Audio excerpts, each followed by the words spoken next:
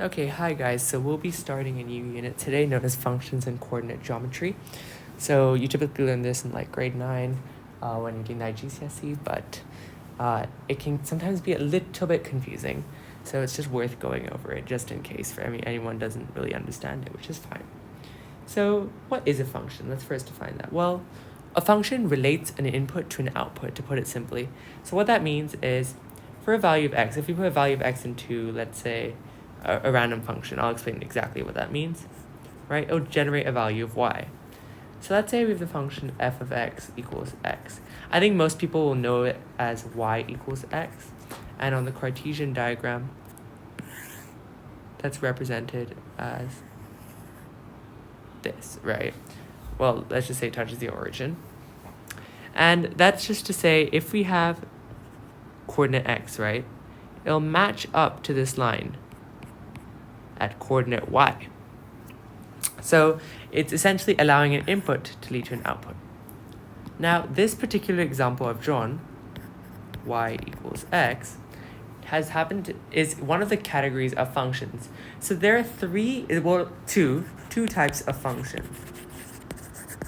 And if we have a line or some sort of like thing, I don't know what else to call it because it's not a function necessarily, and if they follow both these, if they fall into one of these two types, they're considered functions. So the first type is 1-to-1. So this y equals x is a 1-to-1 function because for every value of x, it generates one value of y. But the other catch is that there is only one value of x that can lead to that value of y. So that's a 1-to-1 function. Another one is known as a many-to-one function. So essentially, let's consider, let me draw another graph here. Let's consider the graph x, let me draw that again, x squared. Okay, so this is also can be written as f of x equals x squared. So the function notation is just f of x. I think a lot of people just see it as y equals x squared, which is also fine, but you represent as f of x is equal to x squared in function notation.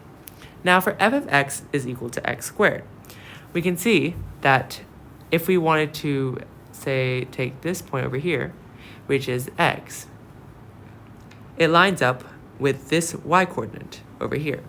However, for a value, let's say negative x, it lines up with that same y coordinate. So these are known as many-to-one functions because for many values of x, in this case there are 2, it leads to one value of y. And this is still considered a function. Now there's one more type of, well, not a function because it's not a function. It's called one-to-many. And these are essentially not functions. I don't know how else to express it other than the fact that they're not functions. So let's take the graph. Well, you can't graph it algebraically, but you can. Let's say you have this graph here. Now, if we take this value of x, we have that it gives us this value of y. Let's say this is negative y, because it's in the negative region of the y-axis. And then it also lines up with y, because it's in the positive region. So that means that for one value of x, we have two values of y.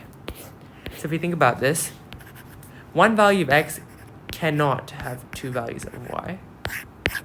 But one value of x can have one value of y, and two values of x can have one value of y. So essentially, functions just need to be able to make sure that you always have one distinct value of y, and that there are not many y coordinates at one given value of x, for example.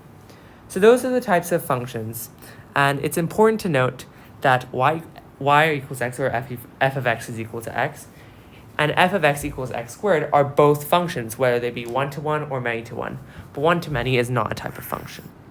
So now that we've covered the types of functions, in the next few videos we'll try and go into some examples of how functions will be used, like composite, inverse. We'll just take this unit like that. This is just an introduction into how functions work just generally.